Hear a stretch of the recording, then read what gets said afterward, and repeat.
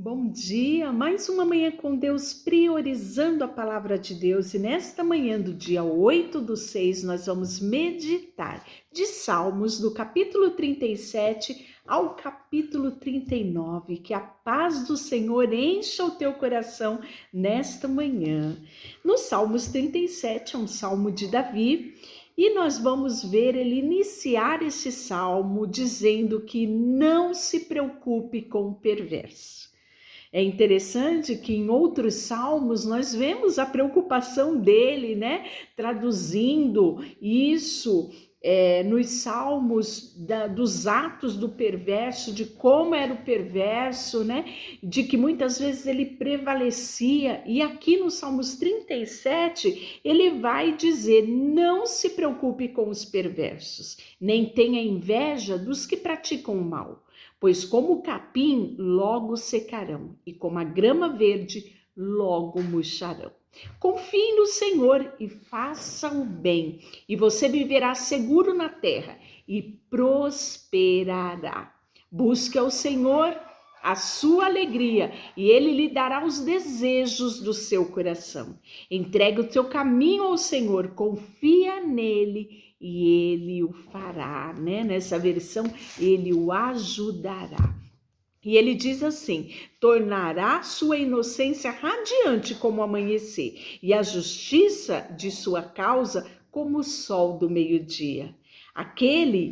Alegre-se e aquiete-se na presença do Senhor, espere nele com paciência, não se preocupe com o perverso que prospera, nem aborreça com seus planos maldosos. Deixe a ira de lado, não se enfureça, não perca calma, isso só lhe trará prejuízos. Olha o que ele diz: os humildes possuirão a terra e viverão em paz e em prosperidade. E aí ele vai falar logo em seguida sobre os atos do perverso. Ele diz assim: mas o Senhor ri, pois quem vê o dia do julgamento se aproxima. Os perversos puxam suas espadas e preparam seus arcos para matar o pobre e o oprimido, para massacrar os que são corretos. Suas espadas, porém, lhe atravessarão o próprio coração. Então ele fala que o perverso, por mais que ele maquine o mal contra os outros, esse mal vai se voltar contra ele, né? Ele fala assim: melhor ser justo e ter pouco do que o perverso que é rico, pois a força do perverso será despedaçada. E aí ele fala: a cada dia o Senhor cuida dos íntegros, eles receberão uma herança que dura para sempre, que é eterna. Olha que coisa extraordinária. Quem não quer uma herança eterna? Quem receberá essa herança eterna? Ele diz que aquele que é íntegro, né? E aí ele continua: em tempos de calamidade não serão envergonhados, mesmo em dias de fome terão mais do que o suficiente. Os perversos, contudo, morrerão. Os inimigos do Senhor são como flores do campo e desaparecerão como fumaça. O perverso toma emprestado e nunca paga, né? Então ele está falando que o perverso é o quê? Caloteiro, isso mesmo. E aí ele diz assim: aquele é quem o Senhor abençoa possuirá a terra. E aí ele vai falar dos atos do justo. Olha só: o Senhor dirige os passos do justo. Ele se agrada de quem anda em seus caminhos. Ainda que tropece, não cairá, pois o Senhor o segura pela mão.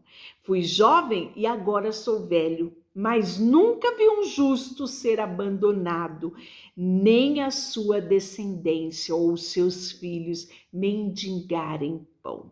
O justo é generoso, empresta de boa vontade, e seus filhos são uma bênção. Afasta-se do mal e faça o bem, e você viverá na terra para sempre, pois o Senhor ama a justiça e jamais abandonará o seu povo fiel. Ele sempre o protegerá. Então ele fala aqui sobre uma decisão que nós precisamos tomar. E qual é a decisão? afastar-se do mal e fazer o bem. E por causa disso você viverá na terra para sempre, pois o Senhor ama a justiça e jamais abandonará. E aí ele continua falando, né, que o justo, ele oferece conselhos, né, aos sábios e ensina o que é certo.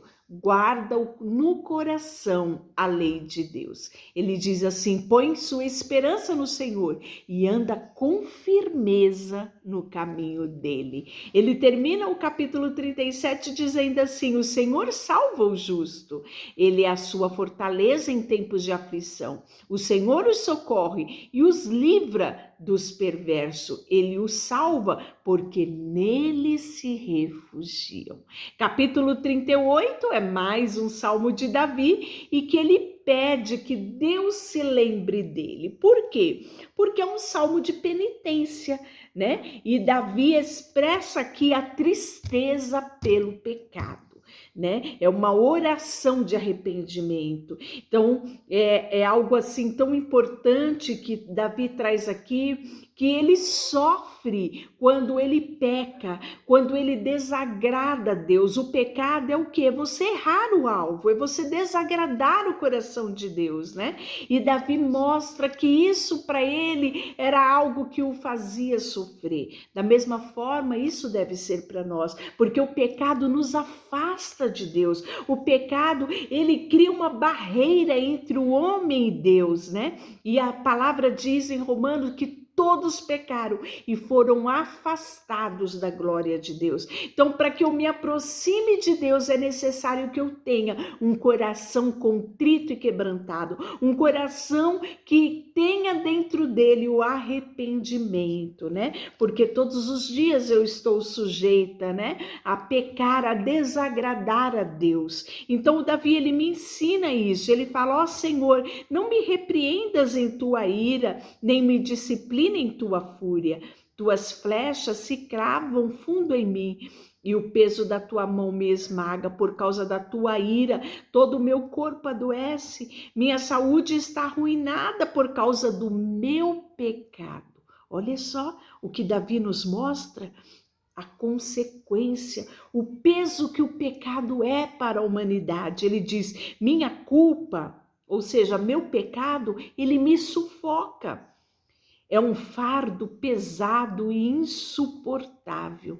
Minhas feridas infeccionaram e chegam mal por causa da minha insensatez. Então, Davi aqui ele fala do pecado, ele fala da insensatez, ele fala, sabe, que tudo isso trazia enfermidades físicas a ele, que o próprio corpo dele sentia isso. Ele fala: estou encurvado e atormentado, entristecido, ando o dia todo de um lado para o outro. E olhe só, meu corpo arde em febre, minha saúde está arruinada, estou exausto, abatido, meus gemidos vêm de um coração angustiado. Então Davi fala que o pecado, ele produz, né, doenças em nós. O pecado, se ele não é confessado, ele traz, né, tristezas e angústia ao nosso coração. Ele fala: tu conheces o meu desejo, Senhor, e ouve cada um dos meus suspiros. Meu coração bate depressa e minhas forças se esvaem, a luz dos meus olhos se apagam. E aí ele continua: escolhi nada ouvir e nada responder, pois espero em ti, Senhor. Responde por mim, Senhor meu Deus. Orei e não deixei que meus inimigos zombem de mim, nem se divirtam com a minha